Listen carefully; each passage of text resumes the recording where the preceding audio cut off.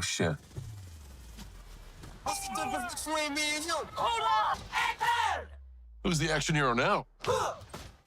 Noel, an undercover agent posing as a reporter, infiltrates a CIA site prepared to capture Gradov, a high-profile international fugitive. When Gradov appears on camera, the CIA moves in. But the target is only a decoy, and Gradov's men spring a counterattack. What are you?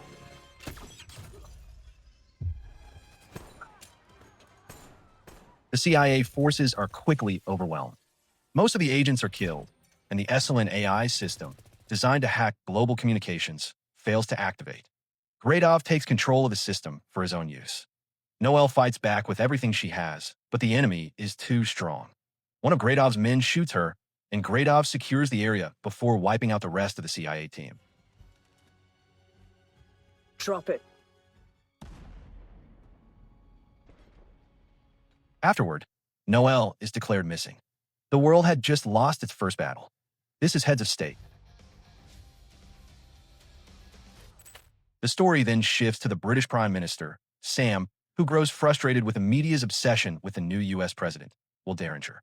Will, a former actor, won the election through popularity, while Sam had backed his opponent. Sam also has a personal connection to Noel. When he hears about her disappearance and the failed CIA mission, his anger deepens, and he begins pursuing Gradov. Investigations reveal that NATO destroyed one of Gradov's illegal weapons factories 2 years earlier, after which Gradov vanished. Meanwhile, in America, news of the failed mission leaks to the press. Public outrage forces the government to issue a statement. Around this time, Will travels to the UK. He and Sam hold a joint press conference, but their cooperation quickly turns tense. Their exchange is filled with sarcasm until aides intervene to calm the situation. You knew Jack Gordon was trouble. I warned you. Unlike you, I'll take results over likes on Instagram. Enough. Neither of you are at your best today. To repair relations, Quincy, Sam's aide, proposes that both leaders travel together to Italy. While political tensions rise, Gradov turns his attention to a mercenary he blames for failure. Although the sniper had been well paid, Gradov deems him useless. Pretending he might spare him, he suddenly attacks, striking him with a hot kettle and pouring boiling water over him until he dies.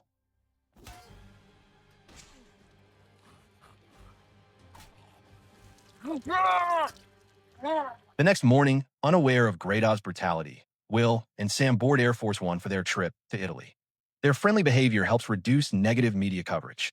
During the flight, Will makes a video call to his family to lighten the mood, but once the call ends, Sam criticizes him and the two resume arguing. At the same time, one of Gradov's men infiltrates the plane disguised as a chef. He kills the communications officer, cuts off all signals for help, and disables stealth mode, exposing the aircraft's location. Enemy drones soon launch a large-scale attack. Despite the defense systems, the engines are destroyed and the plane begins to lose control. The infiltrator tries to kill Sam and Will, but an aide intervenes. Drone strikes rip through the plane.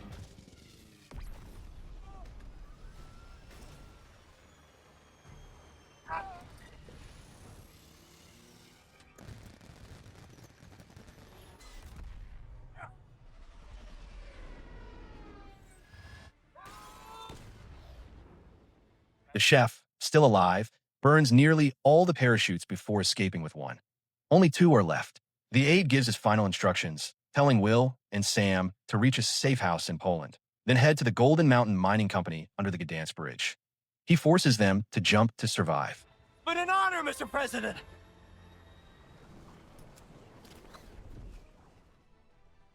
Moments later, Will and Sam leap from the plane before it crashes. The destruction of Air Force One shocks the world, and most leaders believe both men are dead. In reality, they survive. Will gets stuck in a tree and wants to call his wife, but Sam insists they throw away all communication devices, so their deaths remain convincing. He suspects a traitor is close to them, since the plane was compromised, and believes staying hidden is their only chance. By law, once the president is declared dead, the vice president assumes office, and the CIA security system resets for the new leader. Gradov had planned for this scenario. With the help of experts, he uses the chaos to hack the system. Meanwhile, Will and Sam argue as they move through the forest where they landed.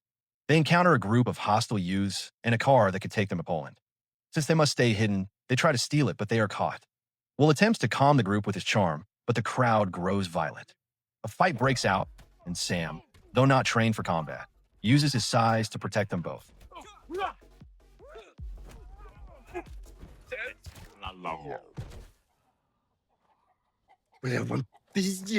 The attackers surround them with weapons until a local woman fires a shotgun, forcing the group to back off. She offers help and agrees to take them across the border. During the journey, Sam and will begin sharing their pasts and slowly start to understand each other.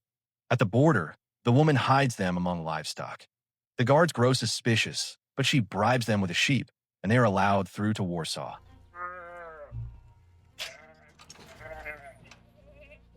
Может, договоримся? There I made my stand.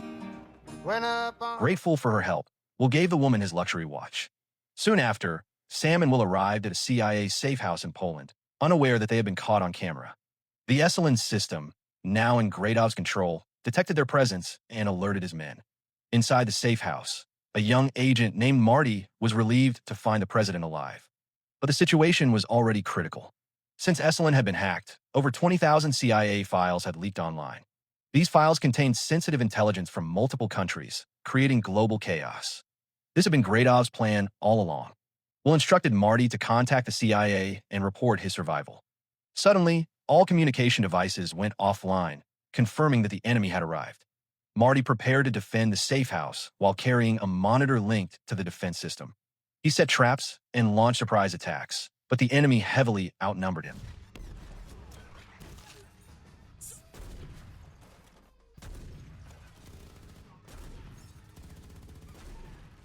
When the CCTV connected to the monitor was destroyed, he lost the ability to track their movements. During the escape, Marty was shot. Before collapsing, he urged Sam and Will to flee through the back exit. An enemy grenade followed, but a hidden lift behind the wall carried them to the basement. I could kill that guy. Only thing you killed is the wall. As they reached the exit, Gradov's men were already waiting. At that moment, Noelle appeared in a stolen police car and pulled them to safety. She had survived the earlier attack because she was wearing a bulletproof vest. To take her revenge, she faked her death and secretly tracked Gradov, which eventually led her back to Sam. Through Noelle's investigation, they learned that Gradov's son had been a nuclear scientist who achieved a breakthrough later used by the U.S. government. His expertise was exploited, and together with his father, he built a nuclear weapon. When the CIA intervened, Gradov's son was killed, and from then on, Gradov vowed revenge. The biggest question now was who inside their circle had been helping Gradov. Will suspected Sam's aid, since he had proposed the trip to Italy, but for now it remained only a suspicion. To stay safe, they agreed to head toward NATO headquarters and boarded a train without delay. During the journey to Austria, the Esselin system tracked them again. That morning, Sam and Noelle argued about their past, leaving Will puzzled over how a prime minister could share such a close bond with a special agent. Their dispute ended abruptly when enemy forces attacked. Amid the chaos, Arthur, a hacker working under Gradov, decided to switch sides. He revealed how Sam and Will could expose the traitor inside the government. During the escape, Arthur was shot. With his last strength, he scribbled clues on Will's hand, showing how to unlock the communication link between Gradov and the insider. He told them to head to the 5th floor of Gradov's old headquarters for more information. Arthur also warned them to jump off the train before reaching the station, since Gradov's men were already waiting there. As the train neared the stop, dozens of enemy soldiers prepared to ambush. Sam and Will leapt off before it fully halted.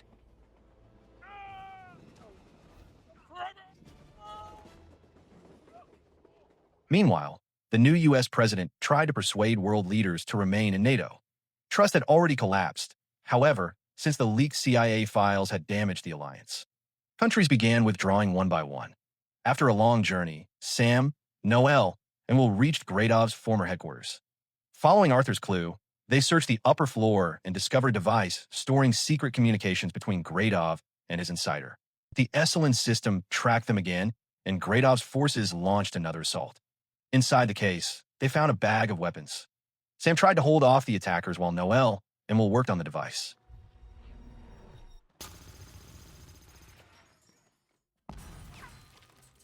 You okay? Out of practice, he panicked and almost set off a grenade before tossing the bag away.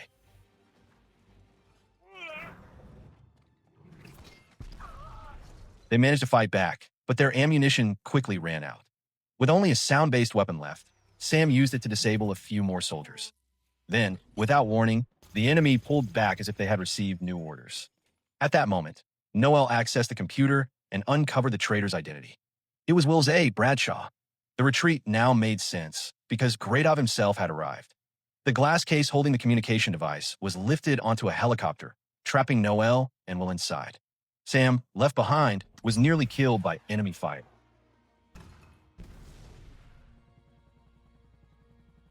Noel and Will escaped by jumping from the helicopter onto a nearby tall building.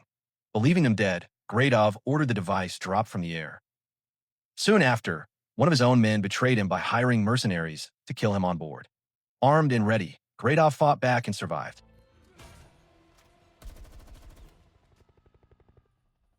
That night, Noel and Will stole a boat and reached the city of Tries, where the NATO summit was being held. Once there, Will contacted Vice President Kirk to warn her about Bradshaw.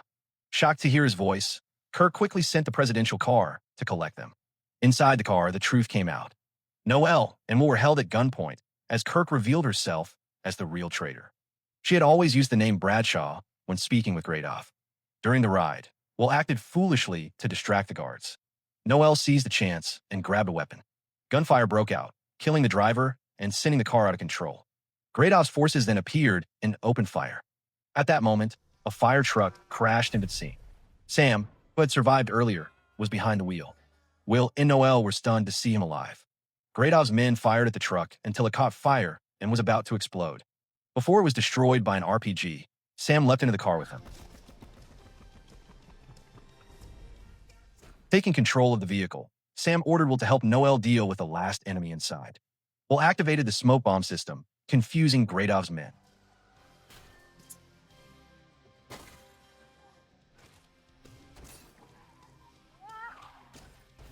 As they neared NATO headquarters, another RPG was fired, but Sam evaded it with sharp driving, ending the chase.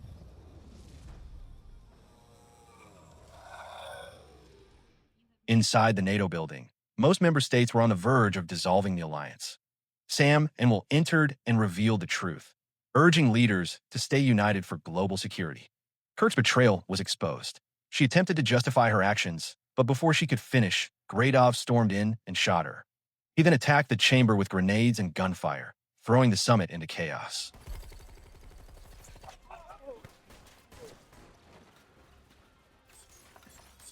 From the upper floor, Noel fought enemy soldiers while Sam and Will helped evacuate the delegates. Gradov tried to flee by helicopter, sparking a fight upstairs. Will fired blindly and managed to hit one of Gradov's men. Noel faced the commander in close combat and defeated him, knocking him down the stairs.